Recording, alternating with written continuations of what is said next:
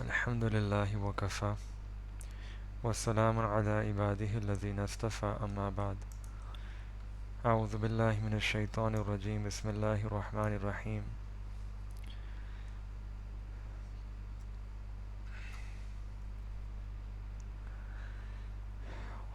والذين جاهدوا فينا لنهدينهم سبلنا سبحان ربك رب العزة عما يصفون وسلام على المرسلين والحمد لله رب العالمين اللهم صل على سيدنا محمد وعلى آل سيدنا محمد وبارك وسلم اللهم صل على سيدنا محمد وعلى آل سيدنا محمد وبارك وسلم اللهم صل على سيدنا محمد وعلى آل سيدنا محمد وبارك وسلم.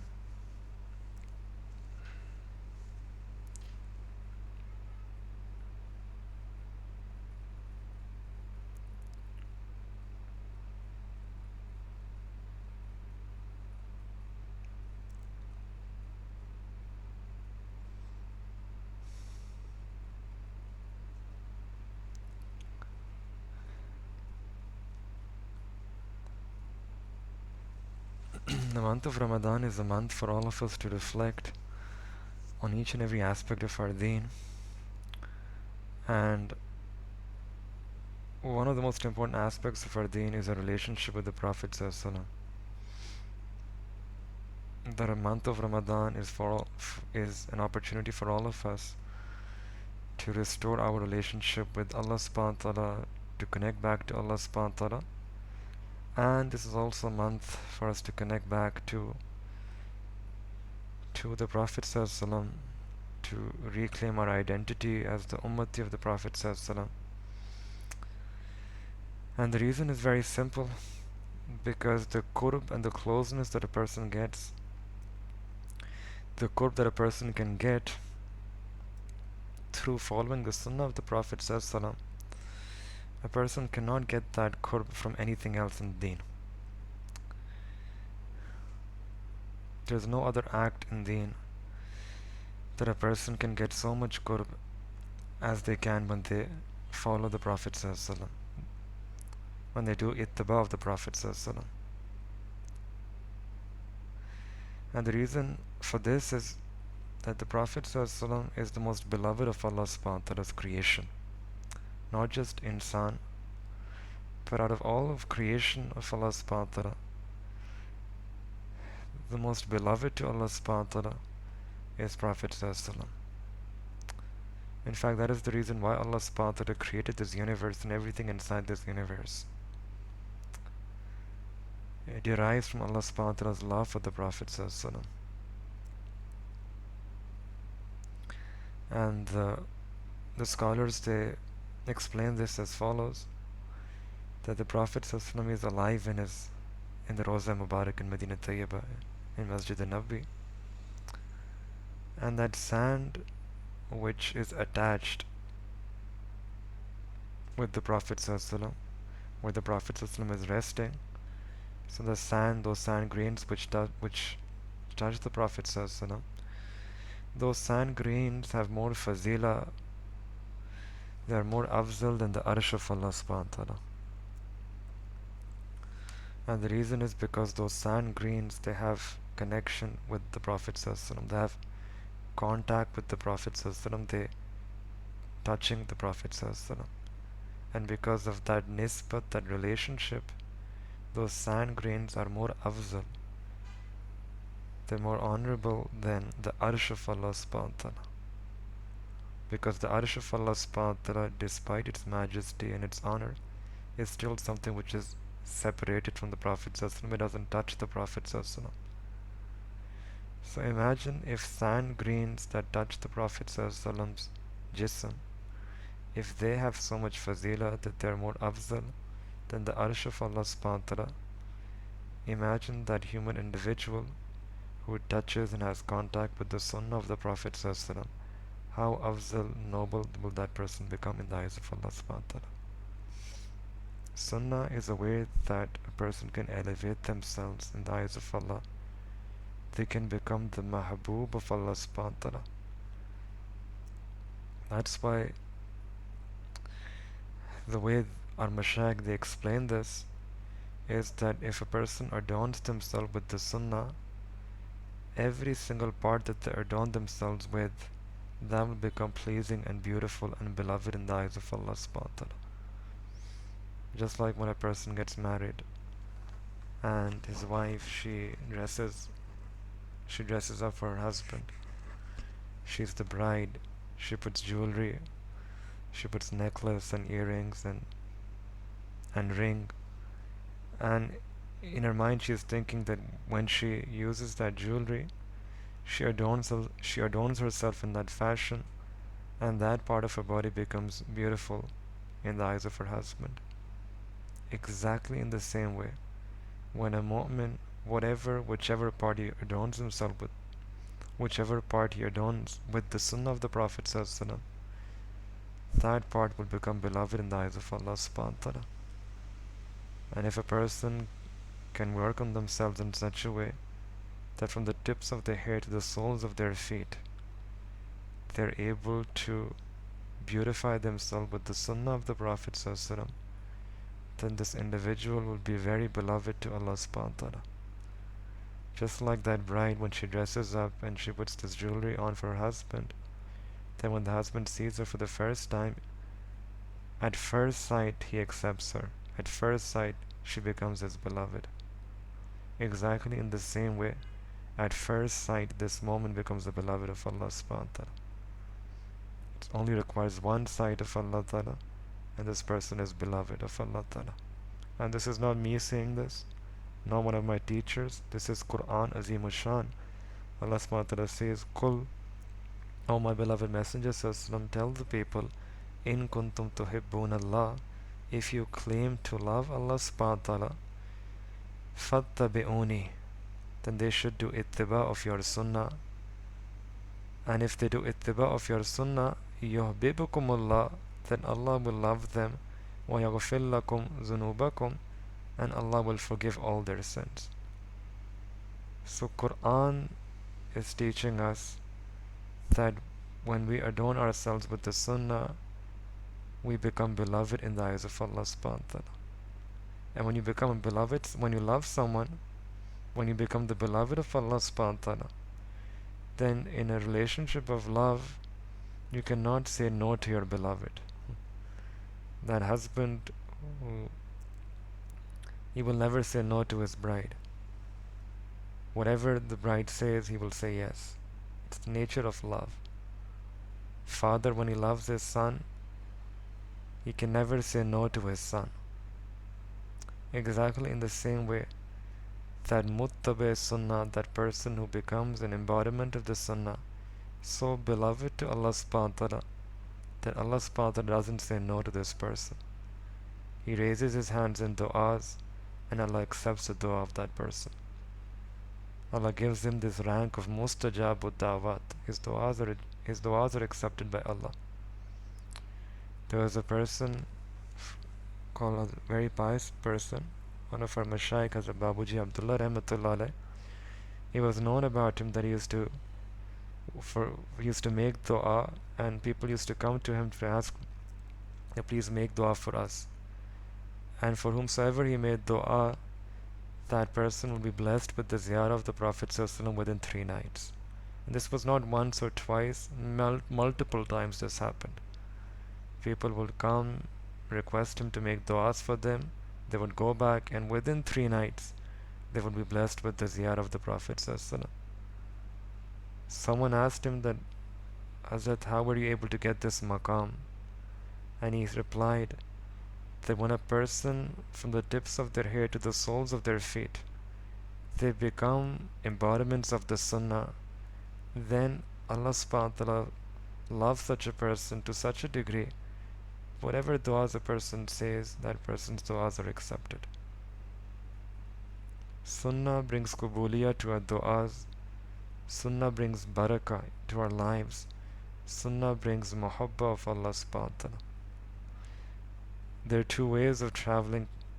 One is that you make mushakkat, make mujahida, and you try to reach your destination. And the other is that you are sitting comfortably and someone pulls you and drives you towards the destination. In the deen of Islam, when a person wants to draw close to Allah subhanahu wa ta'ala, attain the qurb of Allah subhanahu wa ta'ala, love Allah ta'ala, you can either be the lover or you can be the beloved. But the difference is that the lover, he is making mujahida, making dhikr, he is doing a lot of mujahida, fighting his nafs to be able to draw close to Allah subhanahu wa ta'ala. And if he makes that mujahida, he will get the qurb of Allah subhanahu wa ta'ala. وَالَّذِينَ جَاهَدُوا فِينَا, Allah will open up لَنَهْدِيَنَّهُمْ سُبُلَنَا.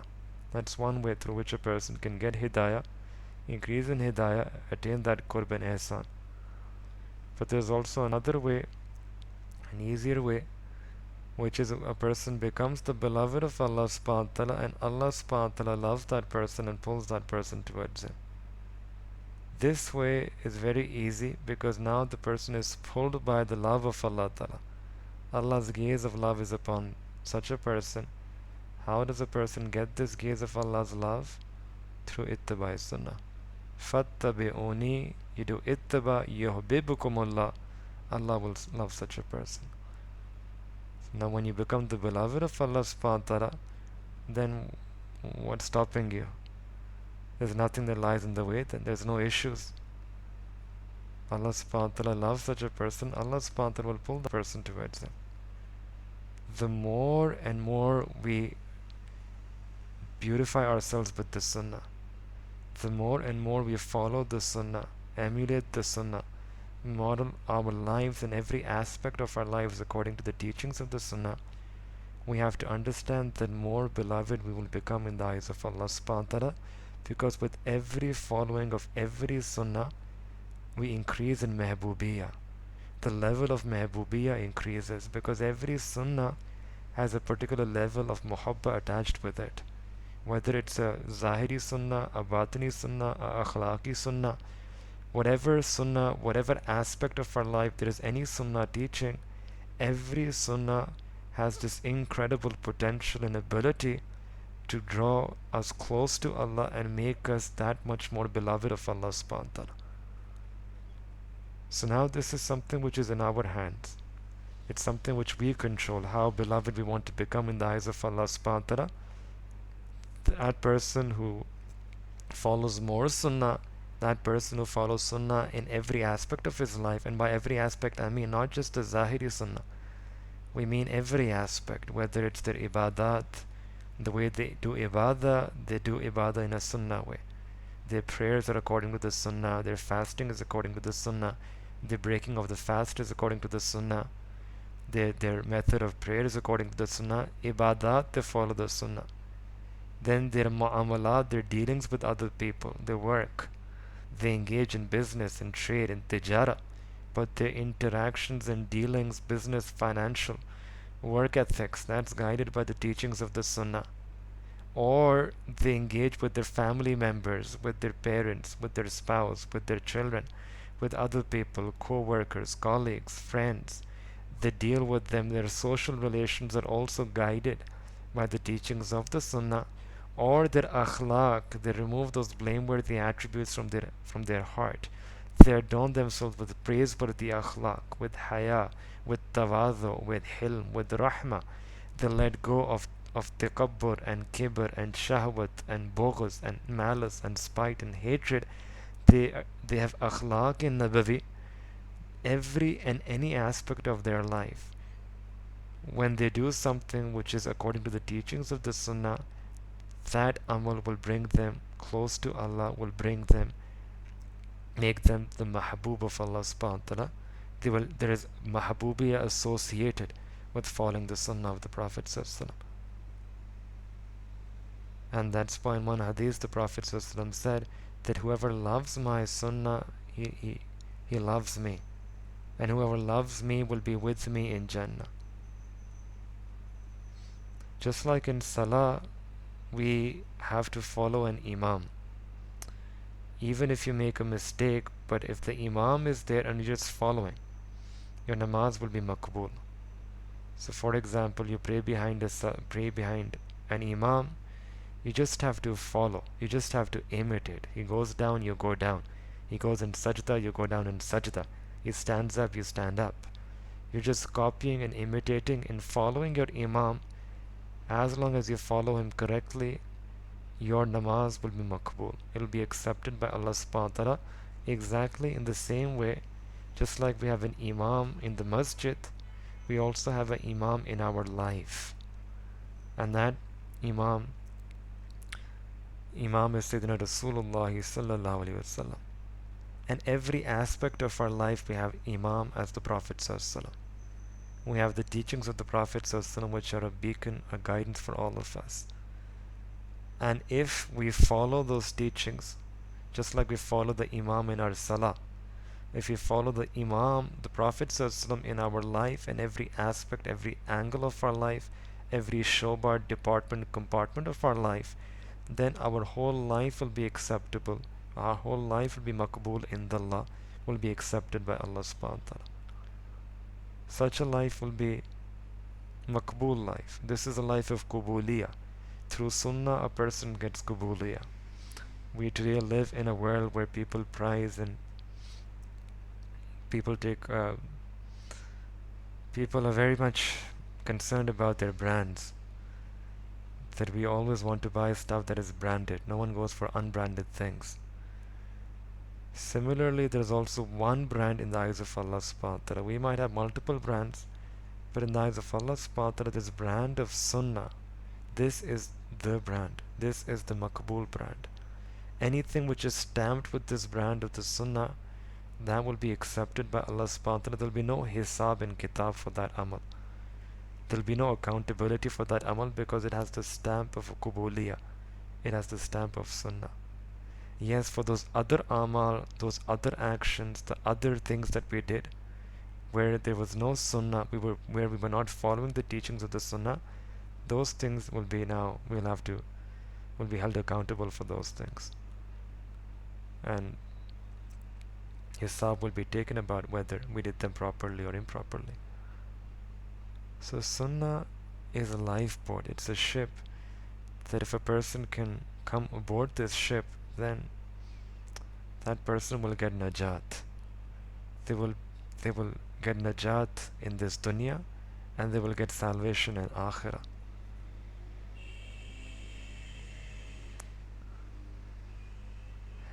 So just like the greatest qurb a person can get is through by following the sunnah of the Prophet ﷺ, we also should understand that the greatest mujahida any person can make is also following the sunnah.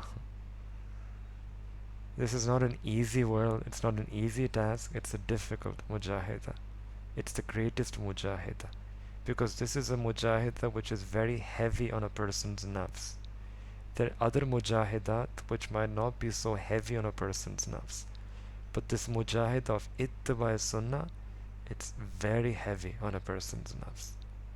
And that's why it it it is also very special in the sense that it draws a person very close to Allah Ta'ala very quickly and very swiftly. Because it's a great mujahida which completely subdues and suppresses a person's nafs, makes nafs mutmainna, makes it completely tabi to the teachings of the Quran, Sunnah and Sharia. And that's why we should prepare ourselves to make this mujahida. It requires strength, it requires willpower, and it requires efforts and du'as to make themselves such where they're doing ittiba sunnah. Once, this is much greater than any karamat, any miracle. People speak about walking on water, flying in air, fire cooling down. All these are miracles that are mentioned in the Quran, which happen to different Anbiya alayhi salatu wassalam. But the greatest miracle, the mu'jiza, karama that a person can have or experience is that a person holds on firmly to the sunnah of the Prophet ﷺ in every aspect of their life. Once a person came to Bayezid Bustami rahmatullah alayh and said, "Oh Hazrat, I want to take permission that I want to leave you." This happens in this world. The students have the right to divorce. Teachers have no right to divorce because only students have the right to divorce. They can divorce their teacher, they can divorce their sheikh. But the Islamic tradition looks at this relationship in such a way that teachers, when they take someone as their student, it's a relationship for life.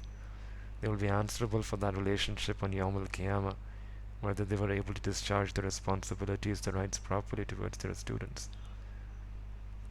So here this person, he said that I want to leave your company, so I wanted your permission. So the sheikh asked him that what's the reason that you want to leave my company? And he said that, "Oh sheikh, I came here because I wanted to see something supernatural, feel something supernatural." Yani, people sometimes today say also that I'm doing zikr, I want to see some lights and some colors and sounds and some, if sometimes people ask this question, we reply that if that's the reason, then like Imam Rabbani rahmatullah said, that a person can go and they can see laser light shows. That's not the maqsad of zikr, that a person wants to see lights and colors and sounds. A person might say, I want to feel some hararat, I want to feel some trembling and quiver and shivering in my heart.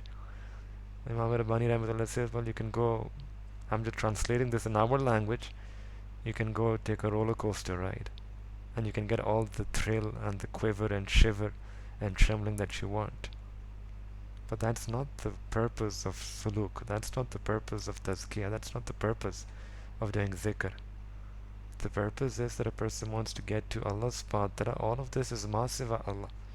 This is other than Allah. The lights, colors, sounds, whether they're spiritual, material, whatever they are, they're other than Allah, they're makhluk.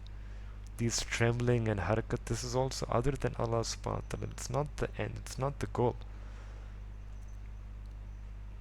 So he said he was looking for such things, and he said that I haven't felt anything or I haven't seen something like this in you also, so I just want to leave. So then the sheikh said to him that, tell me something, that in all these 20 years that you have spent with me, have you ever seen me doing anything, any action which is khilaf sunnah? And he said no. And sheikh said that this is the greatest karama, that a person in every aspect of their life, they follow, they adhere to the teachings of the sunnah. This is a much greater mujahida, and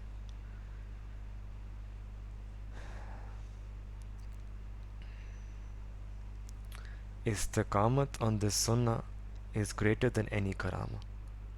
Al-istiqamatu fawq al-karama. So we have to understand that this is the goal.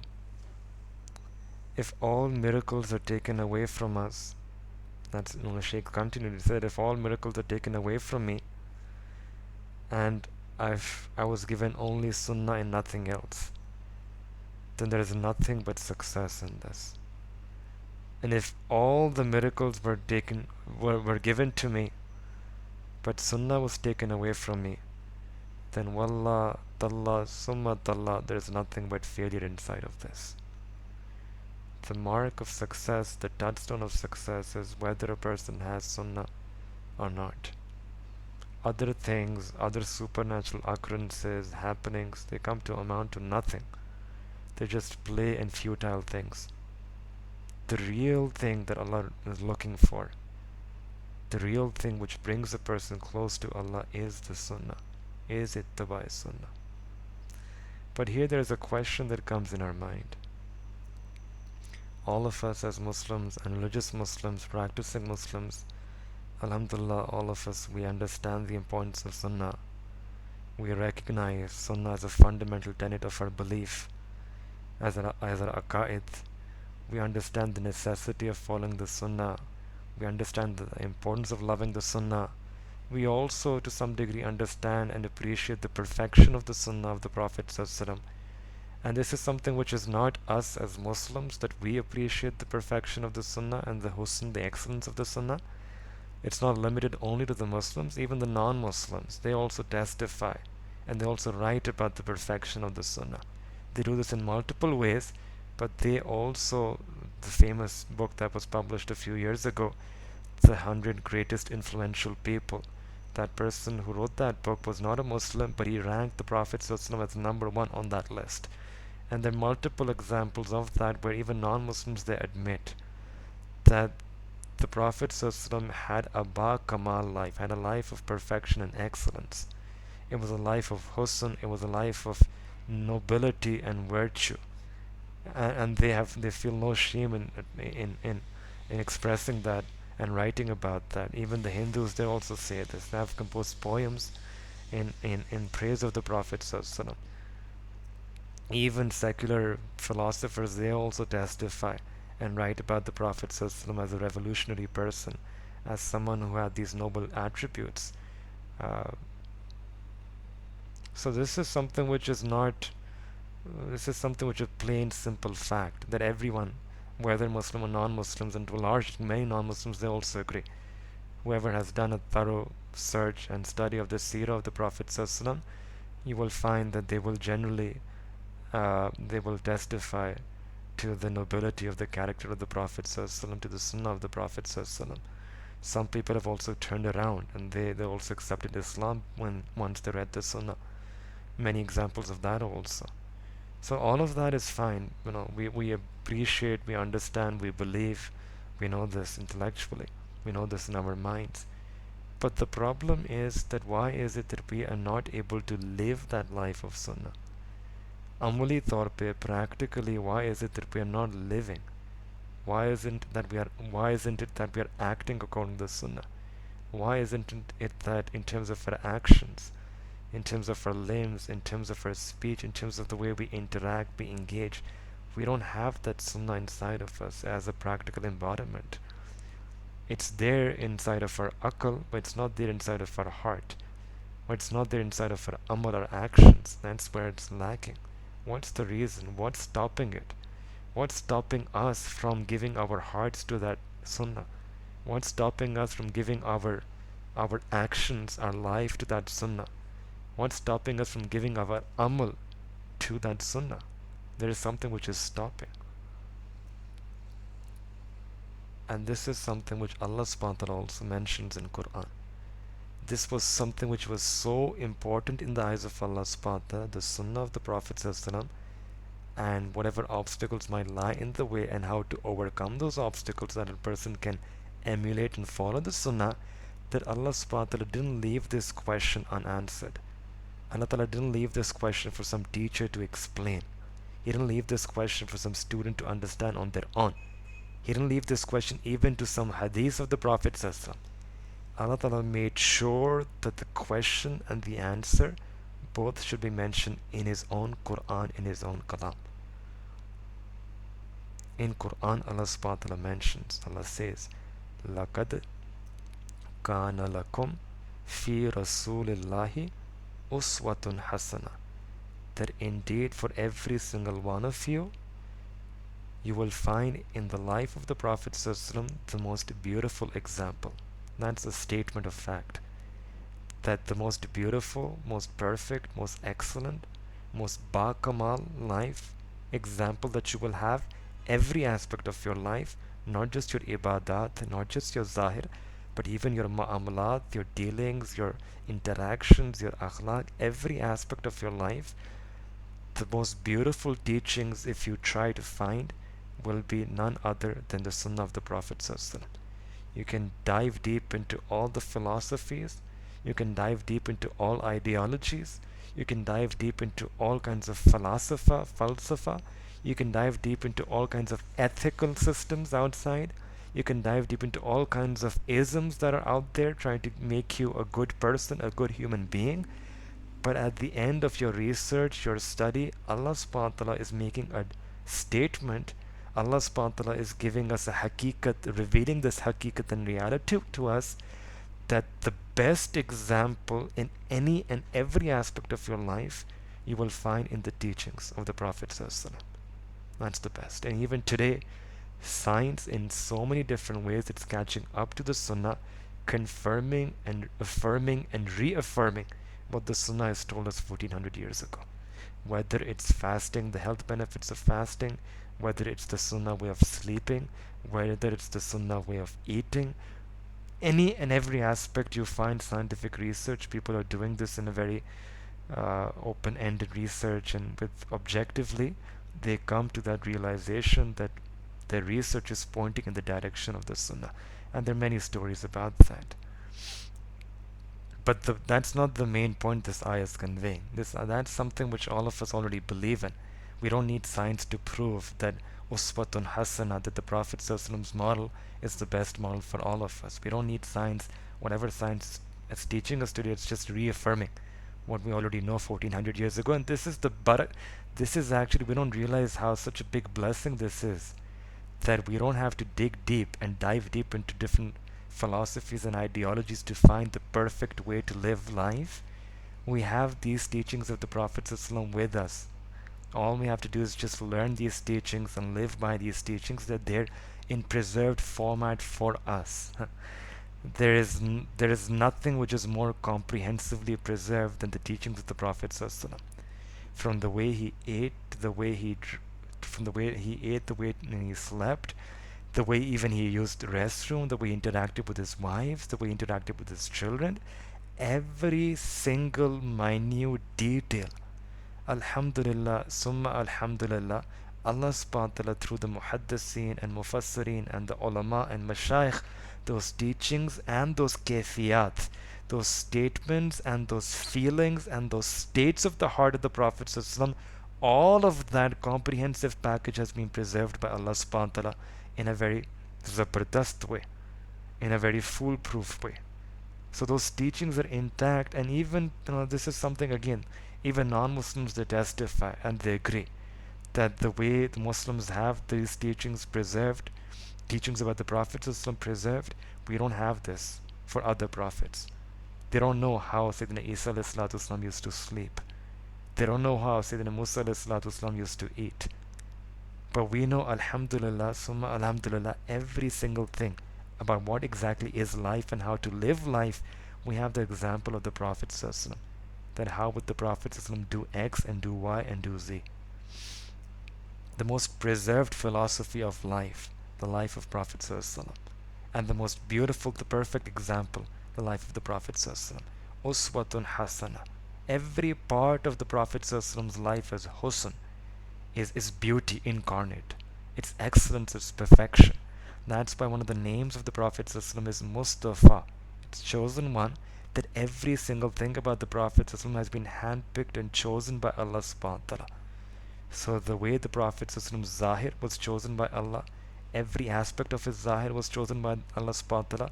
His libas, his manners of eating and smiling, his akhlaq, his batin, his dealings with his family members, his compassion, his rahmah, his mercy, his love for Allah, his khashiyah of Allah subhanahu wa ta'ala, then the place that he used to every single thing about the Prophet ﷺ is handpicked by Allah, it's chosen by Allah, it's Mustafa, and that's why it's Uswatun Hasana, excellent model. But then Allah subhanahu wa ta'ala mentions one more thing in that ayah. Liman. It's Uswatun Hasana, liman, for that person. Now this is takhsis, that it will be viewed by as Uswat Hasana for a particular kind of individual.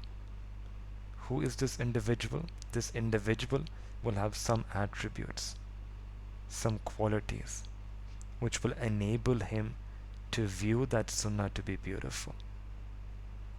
What are the attributes? Two things are mentioned. Liman, number one, kana yarjullaha wal yawm al akhirah.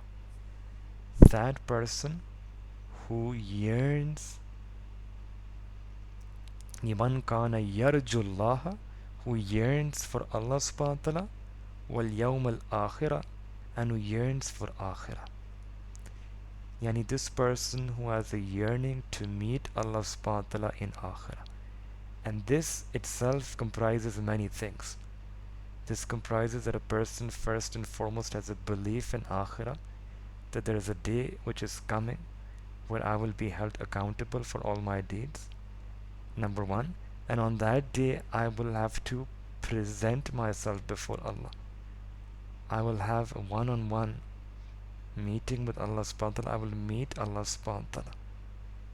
And then this person, he has this kafiyah that he is not only preparing for that meeting with Allah subhanahu wa ta'ala in akhirah, in this world, but he is yearning to meet Allah subhanahu wa ta'ala.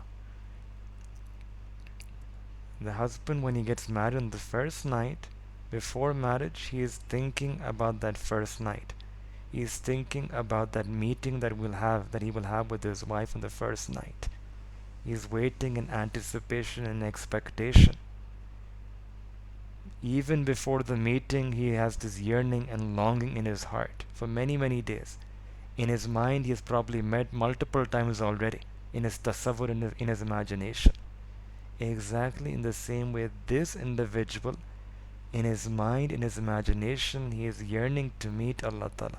He is thinking about how that meeting would take place, how he's longing for that meeting, just like that husband is yearning to meet, yearning to be with his wife on the first day, looking forward to that with expectation and anticipation, with joy. Exactly in the same way, this person is looking forward to his meeting with Allah subhanahu wa ta'ala with expectation, with anticipation, with joy. It's a yawm liqa, it's a mulaqat ka din, a day that he will do mulaqat with Allah subhanahu wa ta'ala, with his true beloved, with his mahbub hakiki, matlub hakiki, maqsood hakiki. He will come to meet his mahbub hakiki on that day. And all of his life that he is spending, the days and nights here in this world, he is just yearning for that meeting, longing for that meeting, just like that husband who's waiting to meet his wife on his wedding day. This is the first sifat, first attribute. Kana yarjullaha wal yawm al akhirah. And number two, wa dhakarallaha kathira. And they remember Allah, that person remembers Allah subhanahu wa ta'ala abundantly. Ye kathir, abundantly. This is what we don't have. We have dhakarallaha qalila. We remember Allah ta'ala, but only a little, few minutes here and there. About that, Allah ta'ala has another ayat in Quran. This is for that ayat is for the munafiqeen. وَمَا يَذْكُرُونَ اللَّهَ إِلَّا قَلِيلًا. That the munafiq, they also remember Allah. It's not as if they don't remember Allah. They also do dhikr of Allah, illa qalila, except for only a little.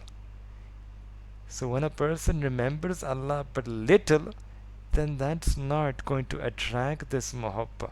That person will not view the sunnah to be beautiful. that person will be have alamat of hypocrisy, munafiq. What is required for this individual, what is required for a person to view Sunnah as beautiful, what is controlling that attraction to the Sunnah is the zikr kasir, that a person remembers Allah subhanahu wa ta'ala abundantly. And this is the disease that we have, that we are people who have a diseased heart, that we don't have these two sifat inside of ourselves. That's why we're not able to feel the fragrance of the Sunnah, smell the fragrance of the Sunnah. We don't feel attracted practically to the Sunnah, maybe intellectually and belief wise we are firm. But amali taur pe we are not motivated and inspired to reach out and learn about the Sunnah and change our way according to the teachings and hidayah of the Sunnah. Why? Because we are lacking in one of these two attributes or both of these attributes. If you have a if someone has a running nose, they will not be able to smell the fragrance of the flower. Why? Because they're physically sick. There is a physical ailment which prevents them from smelling the fragrance of that flower. The flower is fragrant. In the same way, Sunnah is fragrant, it's beautiful, it's excellent, it's perfect. But when a person has a diseased heart, they're not able to feel it, they're not attracted towards it. And the cure of this heart is yarjullah, yearning for Allah, and dhakar Allah kathira.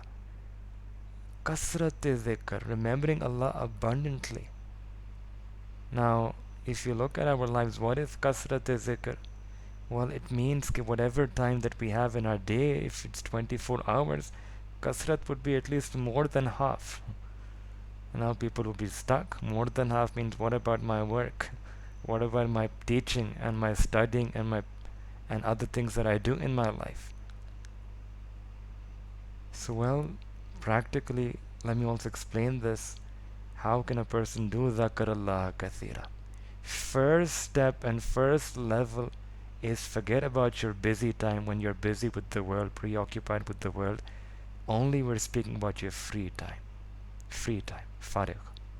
When you're free, dhakar Allah kasira, do kasrat zikr in your free time. Which means that if you're free for 1 hour during the day, do at least greater than 30 minutes remembrance of Allah. Even if it's 30 minutes, that's also kasrat zikr. Whatever free time that we have, that's the first place we should look. First place to focus on. The free time that you have, and do kasrat zikr in that free time. Whatever, how many hours. You can use those 29 minutes for surfing, for checking email, for WhatsApping, for any other thing that you want to do, that you do in your free time. You can divide it in such a way, but dhakar Allah kasira. 31 minutes should be for your dhikr of Allah subhanahu wa ta'ala. And this is something which Allah subhanahu wa ta'ala has mentioned in the Quran for Rasulullah sallallahu alaihi wasallam. This is not salikeen, this is not just people of dhikr who are being told to do dhikr. This is not just some people who are Sufis who are being told to do dhikr. This is Allah subhanahu wa ta'ala in Quran mentioning to the Prophet sallallahu alaihi wasallam. Where? فَإِذَا فَرَغْتَ. This is an incredibly powerful ayat of Quran. Allah subhanahu wa ta'ala is speaking directly to the Prophet ﷺ, and what is Allah ta'ala saying? فَإِذَا فَرَغْتَ. Then, oh my beloved messenger, when you become farigh, Ya Allah, what do I do when I'm busy? That's all ibadah. The Prophet ﷺ, his time when he was busy, used to be busy in ibadah. He used to be busy in preaching, teaching, tarbiyah, tazkiyah, meeting different delegations. It was all ta'aleem, it was all tabligh, it was all tarbiyah of the Sahaba. All the time when the Prophet used to be engaged in the world, that was all ibadah in that sense that he was trying to draw people close towards Allah subhanahu wa ta'ala. That was the busy time of the Prophet. That was what used to keep the Prophet preoccupied. But Allah subhanahu wa ta'ala, despite the fact that all of that was ibadah, it's construed as ibadah because the Prophet ﷺ is doing it for the sake of Allah subhanahu wa ta'ala. But still, Allah subhanahu wa ta'ala is mentioning here another additional thing, that فَإِذَا فَرَغْتَ, that when you become free from that part, free from that ibadah, which is the teaching, interacting with people, engaging, doing ta'aleem, tarbiyah, tabligh, when you are farig from that responsibility of nabuwah that you have on your shoulder, then fansab. Fansab means that now you do my ibadah, another type of ibadah, and you do this ibadah in such a way that you tire your jism, your physical body, for my sake. Fansab, that you literally thaka do apne jism ko, that you become tired, you tire yourself in my ibadah. Fansab. Now this is, what is this ibadah? This is now this other ibadah, personal ibadah, in salah, nafil salah, tilawat Quran, dhikr, remembrance of Allah Ta'ala. When you become free from that ibadah, which was part of nabuwah, the part of interacting and engaging with people, then you do this ibadah, which is mehez ibadah, that you now occupy yourself with salah, with tilawat, with zikr and remembrance of Allah Ta'ala, and you occupy yourself in this ibadah in such a way that you tire your jism, your physical body, for the sake of Allah. Thaka do. Apne jism ko thaka do is ibadat mein. This is Allah subhanahu wa ta'ala speaking in Quran.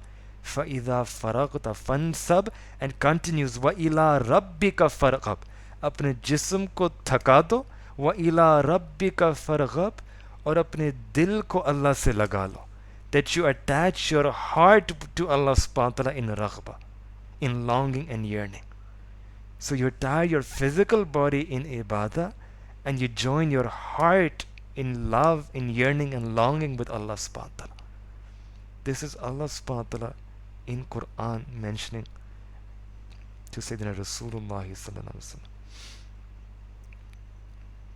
And if this is a hukum for Sayyidina Rasulullah sallallahu alaihi wasallam, then badarje ola, for every one of us this hukum applies.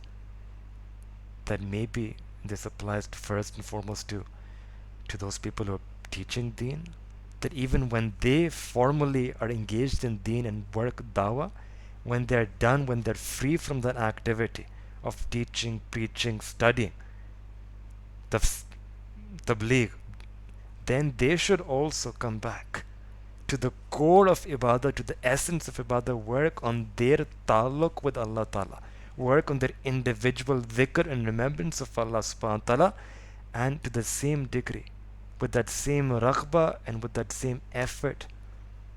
And then this also applies to all of us also. Then maybe, we don't busy ourselves with that kind of ibadah, but whatever we do, we work, we teach, we're professors, we study, you're 9 to 5, doctor, different lawyer, engineer. فَإِذَا فَرَغْتَ, when you become free, from your worldly activities, fansab, you also, same hukum applies. Free time, now you come to Allah Ta'ala and you do remembrance of Allah Ta'ala, dhikr of Allah subhanahu wa ta'ala, with yearning and longing in your heart for Allah Ta'ala. Why is this so central, such a central teaching? Why is Allah Ta'ala emphasizing this so much in Quran? Because this remembrance of Allah Ta'ala, when you do in your farig time, free time, which is the heartfelt dhikr, heartfelt ibadah of Allah, this ibadah is going to bring barakah in your remaining time. It's going to bring barakah in your remaining time when you're busy. It's going to bring barakah to the time when you're giving dawah to other people, you're preaching other and teaching other people. It's going to bring barakah in your worldly life, barakah, and it's going to strengthen your individual personal direct relationship with Allah subhanahu wa ta'ala. That's the bunyad, that's the basis, your ta'alluq with Allah Ta'ala, on which everything else depends. You take away the trunk of a tree, the tree will fall down. You take away the foundation of a building, building will fall down. You take away this ta'alluq with Allah subhanahu wa ta'ala, this relationship with Allah ta'ala, the deen will fall down. Everything of deen will fall down. This is the basis. And this basis requires that time. It requires that investment. It requires giving in your free time to Allah ta'ala. And this is the core. This is what you find in the Sunnah of the Prophet ﷺ. And this by then definition applies to all those people who want to emulate the model of the Prophet ﷺ. That for their dawah of deen to have any barakah, they should have their individual dhikr regimen. And this also applies to people like us, everyday people, that we should also, no matter how busy we are in this dunya, you will get your free time. But the free time, no matter what, it's not specified what the free time would be. It's when 1 hour, 2 hours, or 10 minutes. But whatever is your free time, and we can, we don't have to, we have much more than 10 minutes. We have a lot of free time. Whatever your free time is, whatever your definition of free time is, the command of Allah Ta'ala is فَإِذَا فَرَغْتَ فَانْصَبْ.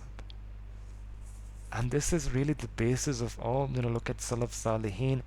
This was their bunyad. Imam Bukhari rahmatullah alayh, the wilaya was not in hadith. The basis of that wilaya was his relationship with Allah subhanahu wa ta'ala. That before writing every hadith, he would pray 2 rakah, make istikhara. Oh, that was the ta'alluq that he had with Allah subhanahu wa ta'ala. Imam Azam Abu Hanifa rahmatullah alayh, the basis of his wilaya was not fiqh Hanafi, that if today 70% of the world Muslim population, they follow the fiqh of Imam Abu Hanifa rahmatullah alayh. The basis was not fiqh Hanafi or the Hanafi jurisprudence. The basis of the wilaya of Imam Azam rahmatullah alayh was his that he used from Isha to Fajr. He would stand in Salah and with the wuzu of Isha pray his Fajr Salah. Whole night he used to spend in worship of Allah, solitude, ibadah, personal, direct ta'alluq with Allah subhanahu wa ta'ala. That was their bunyad. And that's the bunyad and foundation for every person in our deen. That's how they got their qabuliyah. That's how they got the barakah. That's how they got their wilaya from Allah Ta'ala. Their ta'alluq with Allah. And that's also something we should work on. So first aspect of وَذَكَرَ اللَّهَ كَثِيرًا is to look at your free time. And kasrat of dhikr in your free time. Now second part is, what about my busy time? Now for the busy time, it's very simple.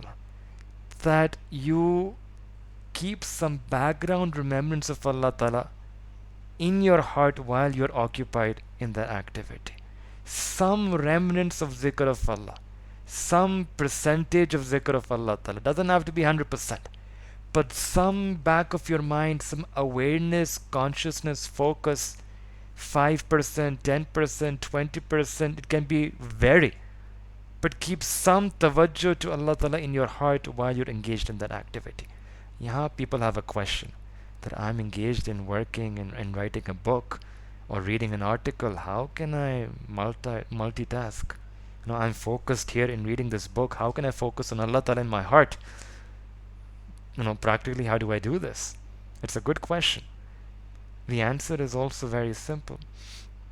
That before you begin reading that book, just pause for a few moments and minutes and connect your wire to Allah Ta'ala. Join your tar, your wire with Allah subhanahu wa ta'ala. Just like when you join a wire in this electricity wire, then the current will begin to flow. Exactly in the same way, when you join your tar, your heart's wire with Allah Ta'ala, connect your heart to Allah Ta'ala.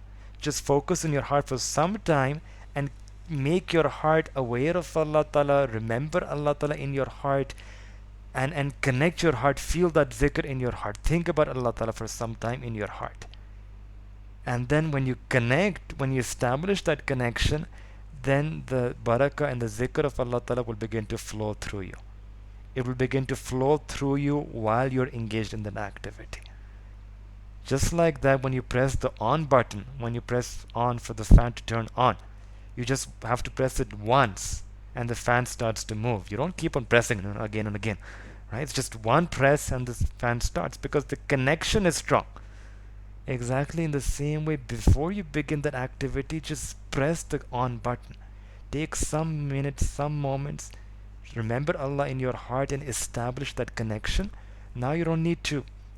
Now you can just directly do whatever you want to do. And then after 15-20 minutes, just ensure that the connection is still there. If you feel that the wire has now split, it's broken, then again you just have to tape that wire again. Once you tape that wire again, then again the electricity will begin to flow. Just like that, if you feel that the wire of your zikr has broken, connect that wire back to Allah Ta'ala. Just take it a few more minutes, connect to Allah Ta'ala, and then again continue with your activity. And you complete your activity in such a way the zikr from Allah subhanahu wa ta'ala will penetrate into that activity. You will be working, but your heart will be remembering. The zikr will be inside your activity. Your work will also be a kind of a zikr then. So when you are busy, this is how you can keep that background zikr alive. And now for that a person who does 1 and 2, free time and busy time, they can easily get wa zakar Allah kathira. They can easily remember Allah subhanahu wa ta'ala abundantly throughout the day, throughout the night, multiple times.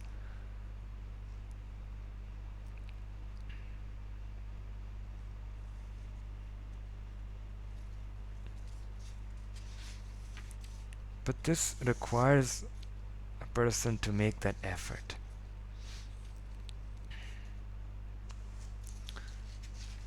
But it's strange that people make all kinds of efforts.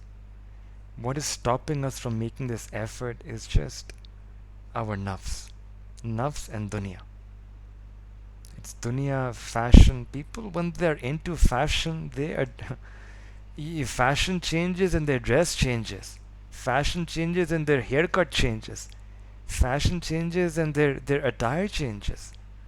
People follow fashion like so religiously. And we also have a fashion, It's just the fashions of dunya have deluded us. The cultures in the dunya, the colors of the dunya just have deluded us. People say this, that don't be too much sunnah, don't put on too much sunnah on your sleeve, don't put too much sunnah on your zahir, otherwise people will say you're a Maulvi. Allahu Akbar Kabira. There's so much negative perception of the sunnah. That's the reality. This is reality, not just of this is reality whether Muslim country, non-Muslim country. This day and age, people view sunnah for some reason extremely negative perception of sunnah. And this is especially true for students. I teach at a place here, and people sometimes say, and he turned out to be nothing like he looked, and they feel that they're praising us. The praise is that he turned out to be nothing the way he looked. And that's not supposed to make us happy. It makes us sad that I failed that student. Even after the whole course, that person praises and says that that was not the purpose of teaching. They don't understand. They think that he turned out to be nothing the way he looked. And he looked like this appearance, the sunnah appearance. And the sunnah appearance should be bad, but he turned out to be good, right? It's stunning. That is how people view the sunnah. And especially the more educated, the more elite you go, in the educated elite classes, you have this word Maulvi. It's like a curse word. Maulvi.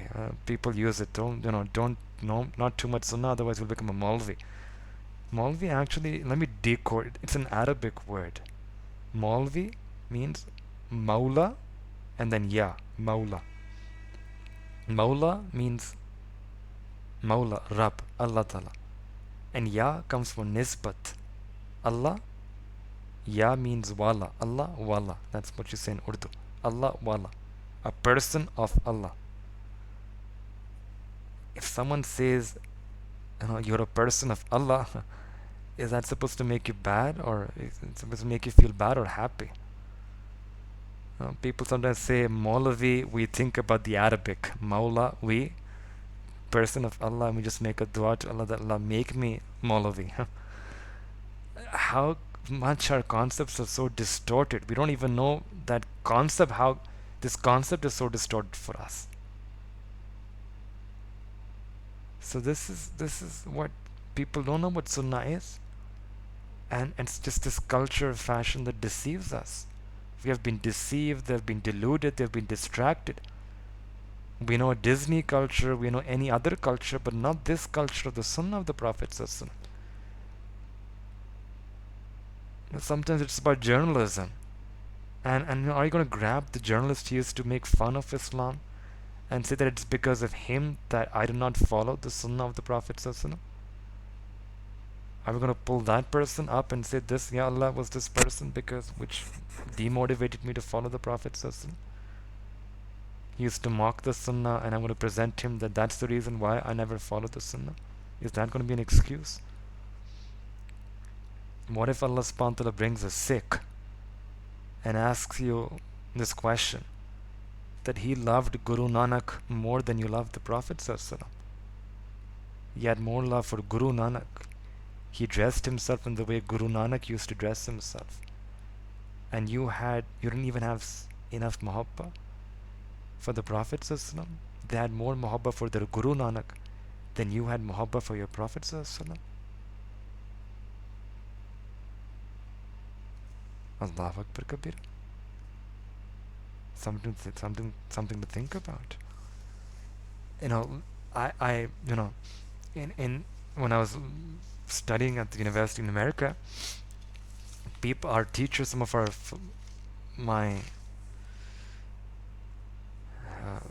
the director of our Department of History and Philosophy of Science, he was a vegetarian. He didn't eat meat his whole life.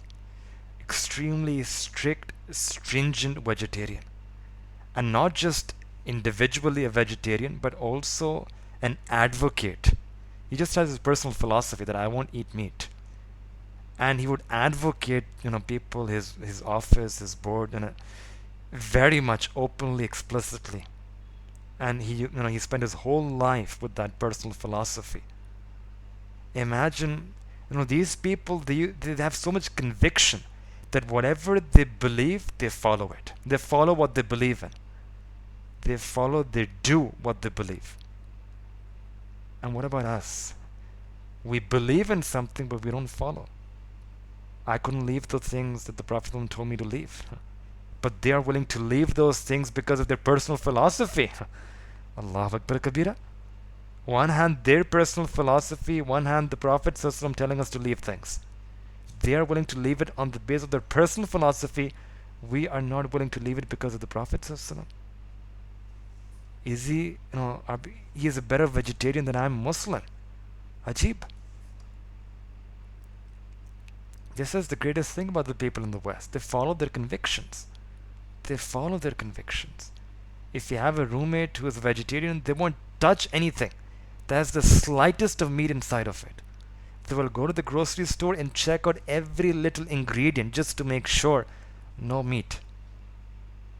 And he won't do that for his whole life. They follow what they believe in. If only we can get this one sifat into our heart, that if only we could also follow what we believe. If only we could also follow deeply what we know to be true. If only we could become people of ittiba. And the Prophet, Allah Ta'ala is asking us to follow who? Is it some ordinary person? Allah Ta'ala is asking us to follow, is he some inferior lifestyle, some inferior life form? Or asking us to take the appearance of an ugly man, na'uzubillah? No way. Allah Ta'ala is asking us to follow the noble, the most beautiful, the most wonderful human being ever to be created by Allah Ta'ala. Allah subhanahu wa ta'ala is asking us to follow the most noble, the most beautiful, the most wonderful of all creations He have ever created. To follow that member of His creation where Allah Ta'ala has placed the perfection of the creative act of creation, the masterpiece creation of Allah Ta'ala. But we still hold back.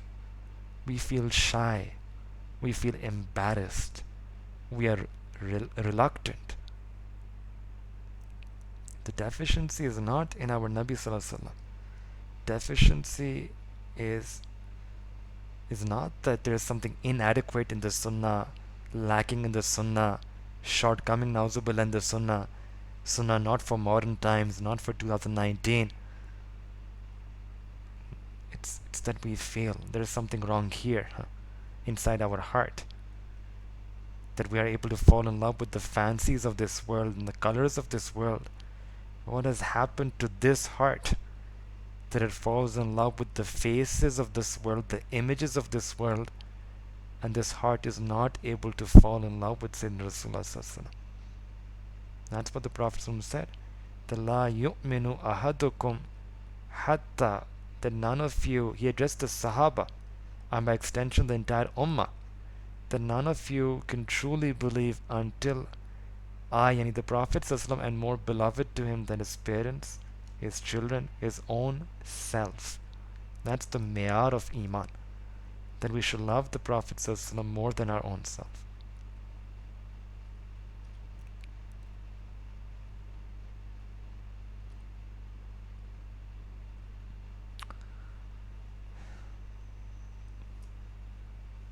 Well, this is a whole another topic, but we should try practically to start with the masnoon amal, those sunnah du'as that we have: eating, sleeping, changing clothes, shower, some tasks that we do every day, 10 to 15 things. Try to do them in the way that is given to us by the sunnah. Ask some alim, what is the sunnah way of eating, hosting, changing? 80% of life will become according to the sunnah if you can do those 15-20 things that you do habitually. And then the whatever 20% is left, that can also be done. It's not difficult. It just requires passion, love, desire, and you will get it, inshallah. And sometimes people ask about the batini sunnah. How can I get those batini sunnah of the Prophet ﷺ, getting the akhlaq of the Prophet ﷺ? I'll give you a mathematical equation for that. That individual who adorns himself with the zahiri sunnah, plus they do their zikr and muraqabah, Allah will give that person tawfiq to do amal on the batini sunnah. Zahiri sunnah plus zikr equals batini sunnah. So if we work on our zahir and if we work on our zikr, then inshallah those kayfiyat, those states of the heart, those akhlaq, that muhabbat that the Prophet had for Allah, that khashiyah, that fikr, that grief for the ummah, sorrow for the ummah, all of those kayfiyat, all of those khuluq and akhlaq and attributes, inshallah a person can attain. We just have to make that dua to Allah Ta'ala and work on this step by step. And I'll just end with one or two hadiths of the Prophet ﷺ, that we have to love the Prophet ﷺ and we have to pride ourselves on wearing this ummati identity. And what can motivate us, what greater thing than we have than the fact that the Prophet ﷺ loved us? If there's anything that can rekindle that fire, it's to know that the Prophet ﷺ used to love every single one of us. Once the Prophet ﷺ was with Amma Aisha radiallahu ta'ala anha, and he made dua for her that Allahumma gfir li Aishata ma taqaddama min zambiha wa ma ta'akhara wa ma assarat wa ma a'lanat. That, oh Allah, forgive Aisha for her past and future sins, and Allah forgive her for her secret and open sins. And when Amma Aisha, she heard this, she was so happy, and she said to the Prophet that, Ya Rasulullah, you have made me so happy, you have given me such a beautiful dua, made such a beautiful dua for me. And then the Prophet told her that, oh Aisha, after every salah I make this dua daily for every single member of my ummah. I make dua of maghfirah for every single member of my ummah after every salah.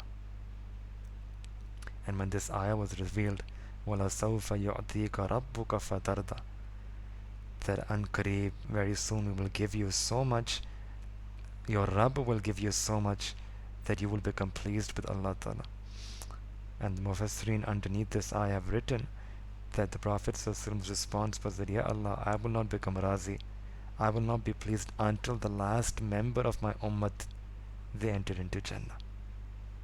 So the Prophet had so much fikr for all of us, so much concern for all of us. And the last hadith is once the Prophet was sitting with his Sahaba and he started making dua to Allah Ta'ala. And he made this dua that, Ya Allah, unite me with my ahibba. Ahibba in Arabic means my lovers. Sahaba were amazed. Ya Rasulullah, we are sitting here around you. We are the Badri Sahaba, Makki Sahaba, Madani Sahaba, Ansari Sahaba. Who else on earth are your lovers except for us? So the Prophet turned towards his Sahaba and said, Yeah, my companions, yes, indeed you love me.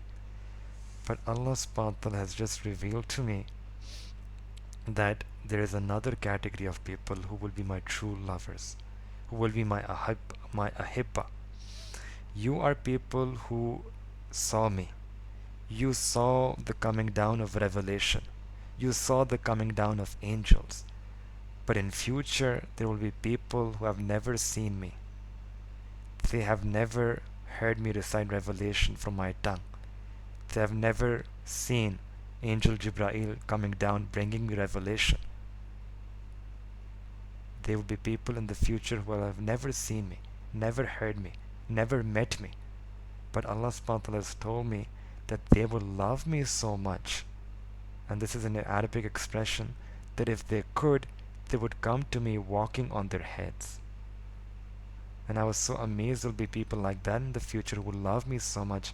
I made dua to Allah Ta'ala that, Ya Allah, unite me with them now. The Prophet had this tadap, this desire in his heart. Okay, I want to meet my Ashik Sadiq right now, my true lovers right now. Allah, unite me with them now. And that is our potential. Me and you, we have that possibility, that potential. That are we those future people that the Prophet knew that we have never met? Yes, fulfill condition. We have never met the Prophet. We have never heard him, yes. But do we have that love for the Prophet that we would walk on our heads? It's a metaphor that you would do anything just to meet the Prophet. If we do, then we would do anything to meet him in Jannah forever, for all of eternity. That's the dream of an ummati. Every ummati, they dream to be a sahabi, right? Everyone would love to be a sahaba. But there are two kinds of sahaba. One with the sahaba in this world who were with the Prophet ﷺ for 40, 60 years. But there's another kind of sahaba. And that's sahaba for eternity. And Allah subhanahu wa ta'ala has given us the opportunity to be a sahaba for eternity, to be a sahaba forever, to be with the Prophet ﷺ in Jannatul Firdaus for all of time. And we should die for that. We would give up anything for that. We must start learning to give up anything for that. That is what it means to be an ummati. Eternal sahabi. Ummati, eternal sahabi. That is the love we should have for Sayyidina Rasulullah. So may Allah Ta'ala give all of us the ability to do amal on what was said.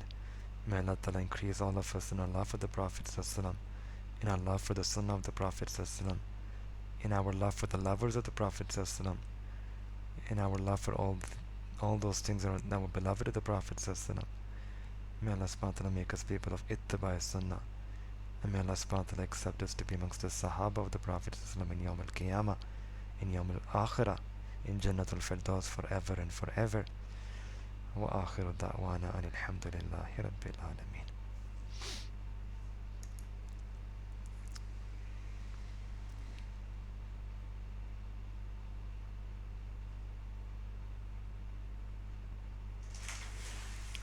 سبحان ربي العلي الوهاب اللهم صل على سيدنا محمد وعلى آل سيدنا محمد وبارك وسلم. ربنا ظلمنا أنفسنا وإن لم تغفر لنا وترحمنا لنكونن من الخاسرين. رب اغفر وارحم وأنت خير الراحمين. اللهم إنا نسألك حبك وحب من يحبك وحب من يقربنا إليك. اللهم إنا نسألك من خير ما سألك منه عبدك ونبيك محمد صلى الله عليه وسلم وعبادك الصالحون. ونعوذ بك من شر ما استعاذك منه عبدك ونبيك محمد صلى الله عليه وسلم وعبادك الصالحون. وأنت المستعان وعليك البلاغ لا حول ولا قوة إلا بالله العلي العظيم ربنا تقبل منا إنك أنت السميع العليم وتب علينا إنك أنت التواب الرحيم وصلى الله تعالى على حبيبه خير خلقه محمد وعلى آله وصحبه أجمعين برحمتك يا أرحم الراحمين.